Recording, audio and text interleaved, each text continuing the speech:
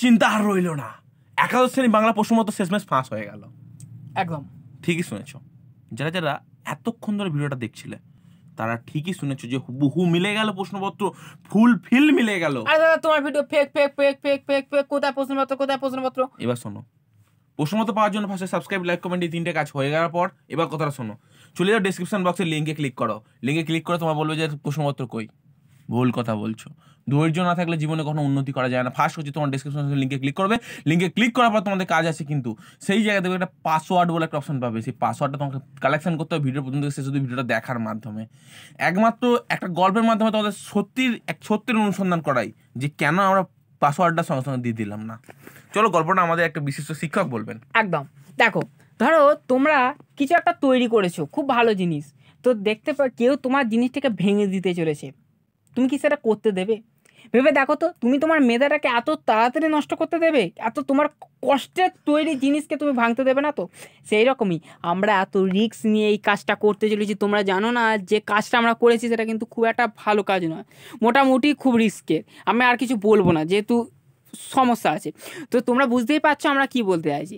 তো এইখানে দাঁড়িয়ে যেহেতু আমরা এত বড় একটা রিস্ক নিয়েছি তোমাদের জন্য, তোমাদের ভালোবাসার জন্য, তো সেহেতু এত তাড়াতাড়ি তুলে দিলে তাহলে সবাই তো প্রশ্নপত্র পেয়ে গেল, তাহলে সবাই তো বলবে যে এই তো আমি পেয়েছি, সবাই তো তাহলে 99-98 করে পেয়ে গেল, তাহলে কি তোমার গুরুত্ব কিছু রইলো? তুমি তো ভেবে দেখো যে অনেকেই ভিডিওতে ক্লিক করেছো কিন্তু সবাই তো আর পাবে না, অনেকেই চলে গেছে ইতিমধ্যে, আমি জানি অনেকেই চলে গেছে, এবং তার জন্যই এই আমরা এরকম করি, ভিডিওটা করি যাতে অনেকেই আগে চলে যায়, আগে ফাঁকা হয়ে যায়, ঠিক আছে?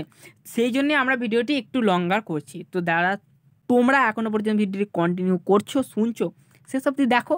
যদি নিরাশ হও, প্রশ্নপত্র না পাও, কমেন্ট বক্স আছে তো, আমরা কি কমেন্ট বক্স হাইড করেছি? তোমরা দেখো কমেন্ট বক্সে যা, দেখো কমেন্ট বক্স হাইড নেই, কমেন্ট বক্স খোলা, যা খুশি লিখতে পারো, কিন্তু ধৈর্য সহকারে প্রথম থেকে দেখো।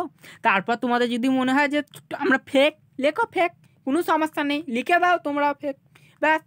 কারণ অনেকেই আছে যারা প্রথম থেকে শেষ অবধি ভিডিও দেখবে না, শুনবে না, কিছুই বুঝবে না, ফেক বলে দিয়ে চলে যাবে।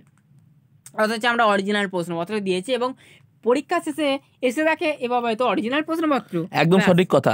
সেই কারণে বন্ধু শেষ যারা ভিডিওটা দেখবে তারাই কিন্তু একমাত্র প্রশ্নপত্র পাবে, তাছাড়া কেউ প্রশ্নপত্র পাবে না। তার কারণ হচ্ছে প্রথম এবং শেষ কথা হচ্ছে ধৈর্য বিনা সাফল্য কখনোই অসম্ভব। আর ওস্তাদের মাস শেষ রাতে, এবং শেষ রাতে যদি বাজিমাত করতে চাও একদম বলে দাও। এবার দেখো 2019 থেকে 20 সালের মধ্যে যে করোনা লকডাউন পরিস্থিতিটা চলছিল, সেই সময় কি হয়েছে, এক বিশিষ্ট ব্যক্তি চেয়েছিলেন যে আমি কিছু জরুরি অর্থাৎ যাদের খুব দরকার টাকা পয়সা, আমি তাদের হাতে কিছু টাকা পয়সা তুলে দেবো। কিন্তু প্রশ্ন তো একটা তোমাদের মনে খচখচ করছে, আমারও মনে খচখচ করছে যে সবাই তো বলবে আমার দরকার আমার দরকার। তোমাদের যেমন প্রশ্নপত্র সবাই বলছে আমার দরকার বলে ক্লিক তো করেছে, সবাই বলছে সবাই দরকার, সবাই নেবে, নিশ্চয়ই নেবে, সবাই দিলে কেন নেবে না?